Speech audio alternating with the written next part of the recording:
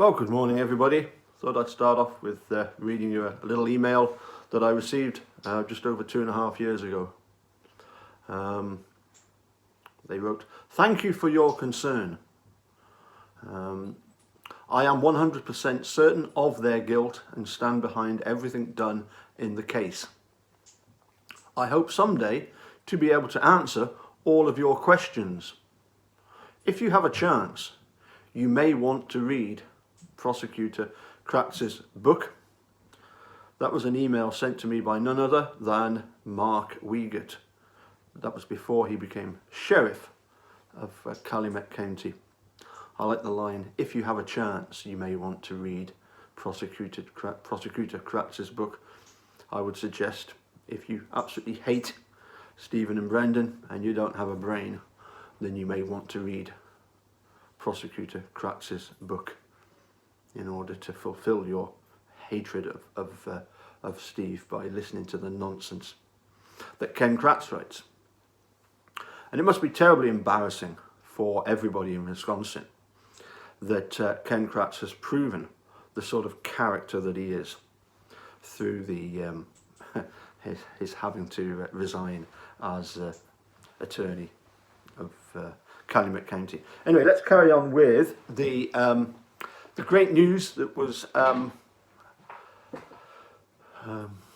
alert from the Associated Press on Friday, September the 24th at 9:55 a.m. It simply said, "Wisconsin board reopens probe into prosecutor who sent racy text messages to abuse victim."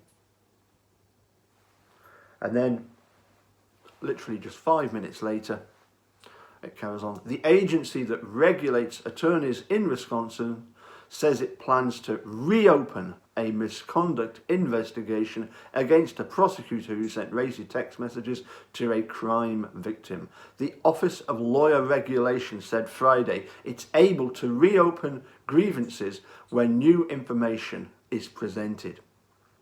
OLR Director Keith Sellen says it received substantial new information about allegations against Calumet County District Attorney Ken Rapist Kratz.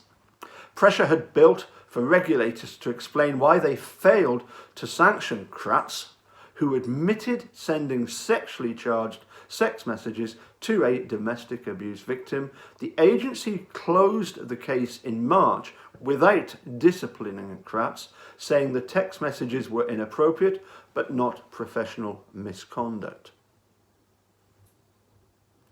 And as we'll see, the OLR does take a lot of criticism for sitting on this information, and one does get the sense that over there in the Wisconsin DOJ, you've got the various assistant attorney generals.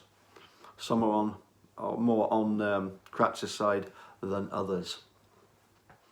A further update at 11:25 in the morning on the Wednesday 24th, 2010. The Wisconsin Crime Victims' Rights Board is staying mum on its handling of news that its former chairman sent inappropriate text messages to a domestic abuse victim.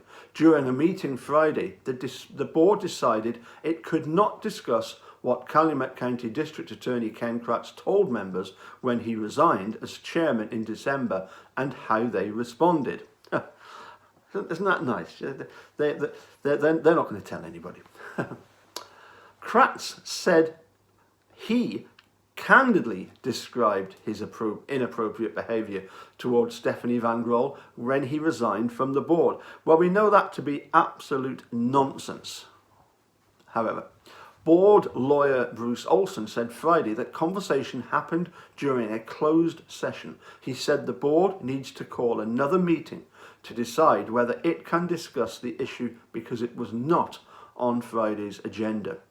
The board met in closed session Friday after a contentious session with a pack of reporters.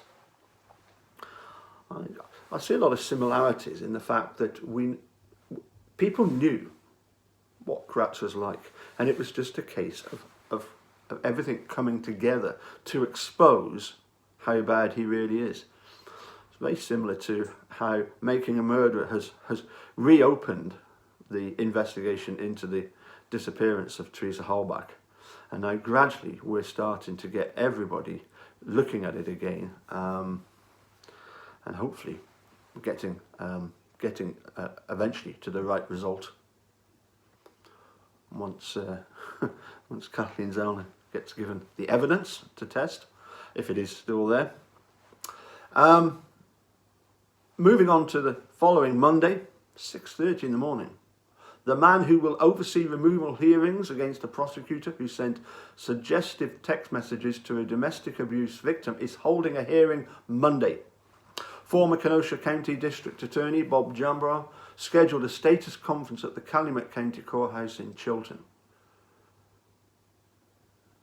Jim Doyle appointed Jambrough using a rarely used process to try to remove Calumet County District Attorney Ken Kratz from office. The Office of Lawyer Regulation also noted last week that it plans to reopen its misconduct investigation against Kratz. The agency closed the case in March without disciplining Kratz, saying the text messages were inappropriate but not professional misconduct. But officials have changed their minds amid pressures from lawmakers and others to explain why they have failed to sanction Kratz. Can't help feeling that that sounds very similar to a previous report. We know how reporters sometimes they like to just copy and paste. Saves a lot of time.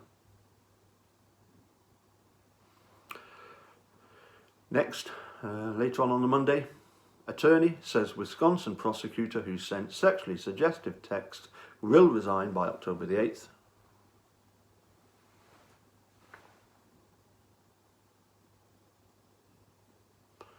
Update from the Governor's office. Until Governor Doyle has Kratz's resignation letter in hand, he will continue with the removal process. The attorney for the Wisconsin prosecutor who acknowledged sending sexually harassing text messages to a domestic abuse victim says the DA will resign his office.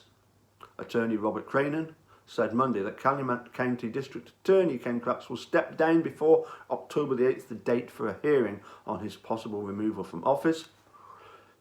Governor Jim Doyle appointed former Kenosha County District Attorney Bob Jambrough to oversee a rarely used process to try to remove Kratz from office. The Office of Lawyer Regulation also planned to reopen its misconduct investigation against Kratz.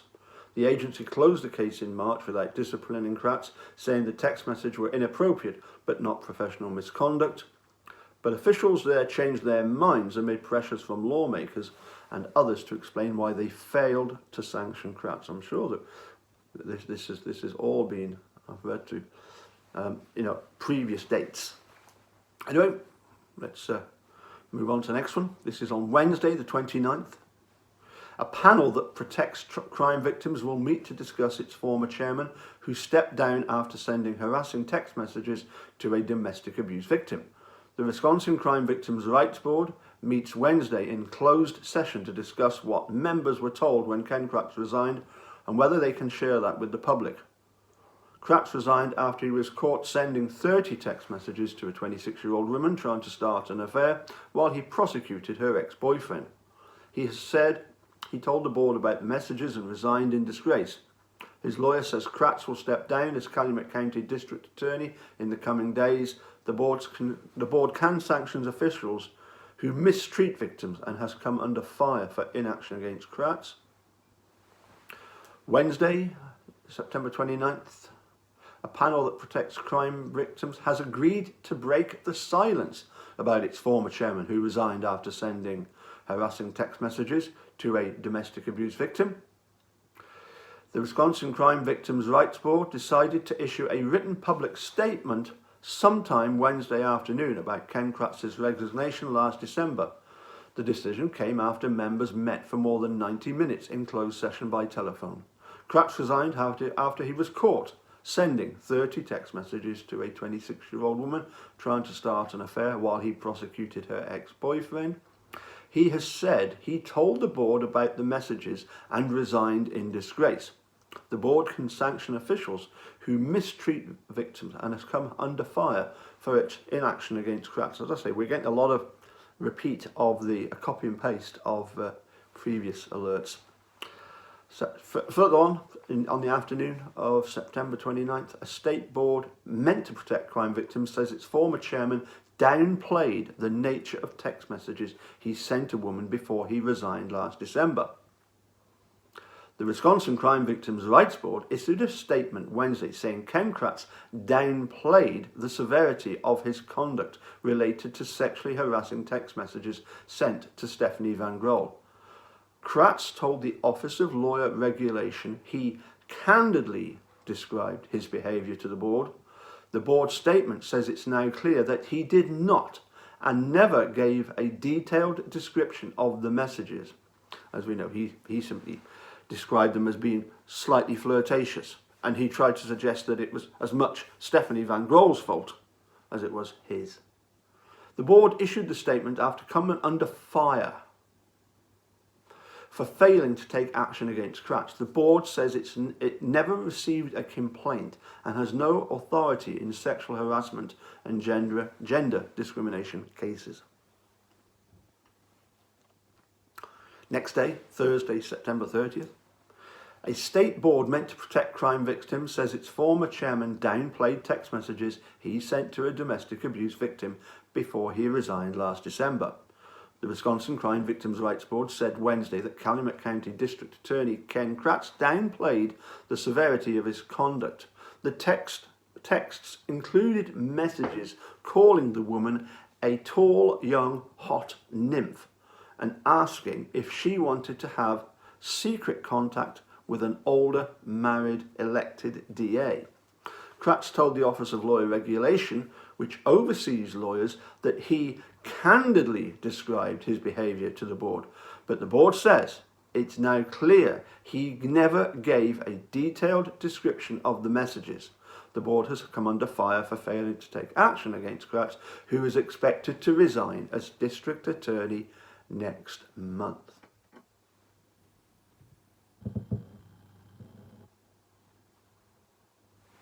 Update from Fox 11 in Green Bay. At last. Headline: Calumet County District Attorney Ken Kratz has officially resigned. In a news release sent Monday, Kratz wrote, "I have lost the confidence of the people I represent due primarily to personal issues which have now affected my professional career." Kratz came under fire last month when a series of text messages he sent to a domestic abuse victim last year surfaced. In the messages, Kratz sought a personal relationship with the woman. The Office of Lawyer Regulation cleared Kratz of any wrongdoing.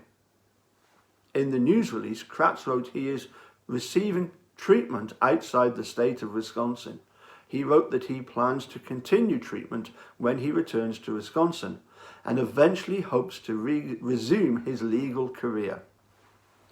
We then had a statement from the governor's office. Governor Jim Doyle today issued the following statement after Calumet County District Attorney Ken Kratz resigned 2 weeks ago. After Ken Kratz resigned, full stop. 2 weeks ago, Governor Jim Doyle began the process to remove Kratz from office. He wrote, "Every victim of a crime, particularly sensitive crimes such as domestic violence, sexual assault and child abuse, has the right to be treated with respect and dignity. Ken Kratz egregiously violated that basic right and therefore cannot hold the office of district attorney. As a former district attorney and attorney general, I was appalled when I first learned of his behaviour. I am deeply grateful to the brave women who stepped forward. Other serious questions remain. We will refer all information this office has received for a full investigation to determine whether any criminal laws were violated. We must also determine why apparently no referral was made to the Crime Victims' Rights Board and why there was an inadequate response from the OLR. I have worked with many victims of crime and am continuously inspired by their courage and perseverance. Here, it was the courage of the women who came forward and finally brought Kratz to account and protect future victims from having to be subjected to this awful behaviour. Governor Doyle served 3 terms as the Dane County District Attorney and 3 terms as the Wisconsin Attorney General prior to being elected governor. As Attorney General, he led the passage of the Crime Victims Bill of Rights and the creation of the Crime Victims' Rights Board. A crime victim who believes their crime victims' rights have been violated can file an anonymous complaint with the board, which is attached to the State Department of Justice. The board has the power to investigate these complaints, decide whether a violation has occurred, and levy sanctions and fines as it sees fit. Okay, so we'll leave it there and catch up with you again very soon. Bye for now.